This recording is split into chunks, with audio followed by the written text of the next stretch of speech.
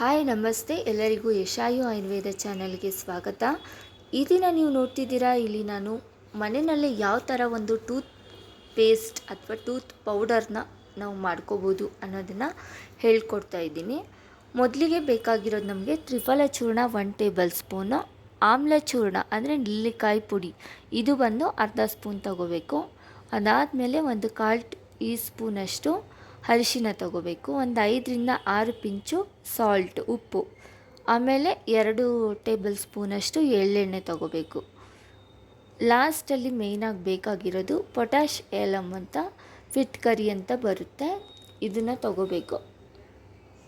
ಇದಿಷ್ಟನ್ನು ನಾವು ರೆಡಿ ಮಾಡಿ ಇಟ್ಕೊಂಡಾದಮೇಲೆ ಎಣ್ಣೆ ಜೊತೆಗೆ ಇದಿಷ್ಟನ್ನು ಚೆನ್ನಾಗಿ ಮಿಕ್ಸ್ ಮಾಡಬೇಕು.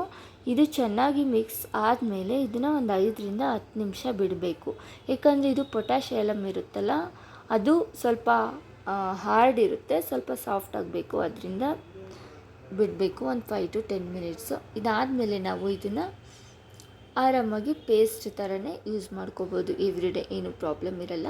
ಮತ್ತು ಏನೇನಕ್ಕೆ ಯೂಸ್ ಆಗುತ್ತೆ ಅಂತ ಹೇಳಿದರೆ, ಇದು ಓವರಾಲ್ ನಮ್ಮದು ಹಲ್ಲಿನ ಒಂದು ಕೇರ್ ಮಾಡೋದಕ್ಕೆ ಯಾವ ಥರ ಯೂಸ್ ಆಗುತ್ತೆ ಅಂತ ಹೇಳಿದ್ರೆ, ಹಲ್ಲಲ್ಲಿ ಅಂದರೆ ಹಲ್ಲಲ್ಲಿ ಬಾಯಲ್ಲಿ ದುರ್ವಾಸನೆ ಬರ್ತಾ ಇರುತ್ತೆ, ಅದನ್ನು ತಡೆಗಟ್ಟುತ್ತೆ.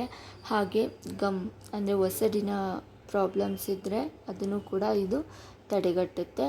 ಹಾಗೆ ಒಂದು ಹಲ್ಲಿನ ಹೊಳಪಿಗಾಗ್ಬೋದು ಮತ್ತು ಅಲ್ಲಿನ ಯಾವುದೇ ಥರ ಸಮಸ್ಯೆಗಳಿಗೆ ಈ ಒಂದು ಪೇಸ್ಟ್ ತುಂಬಾ ಸಹಾಯ ಮಾಡುತ್ತೆ ಅಂತಲೇ ಹೇಳ್ಬೋದು. ನೀವು ಕೂಡ ಈ ಒಂದು ಪೇಸ್ಟ್ನ ಮನೆಯಲ್ಲಿ ರೆಡಿ ಮಾಡಿ ಹೇಗಿತ್ತು ಅಂತ ಕಮೆಂಟ್ ಸೆಕ್ಷನಲ್ಲಿ ಕಮೆಂಟ್ ಮಾಡಿ. ಇನ್ನೂ ನಮ್ಮ ಚಾನಲ್ನ ನೀವು ಸಬ್ಸ್ಕ್ರೈಬ್ ಆಗಿಲ್ಲ ಅಂದರೆ ಈಗಲೇ ಸಬ್ಸ್ಕ್ರೈಬ್ ಮಾಡಿ, ಹೀಗೆ ಸಪೋರ್ಟ್ ಮಾಡ್ತಾಯಿರಿ. ಇನ್ನೂ ಹೆಚ್ಚಿನ ವಿಡಿಯೋಗಾಗಿ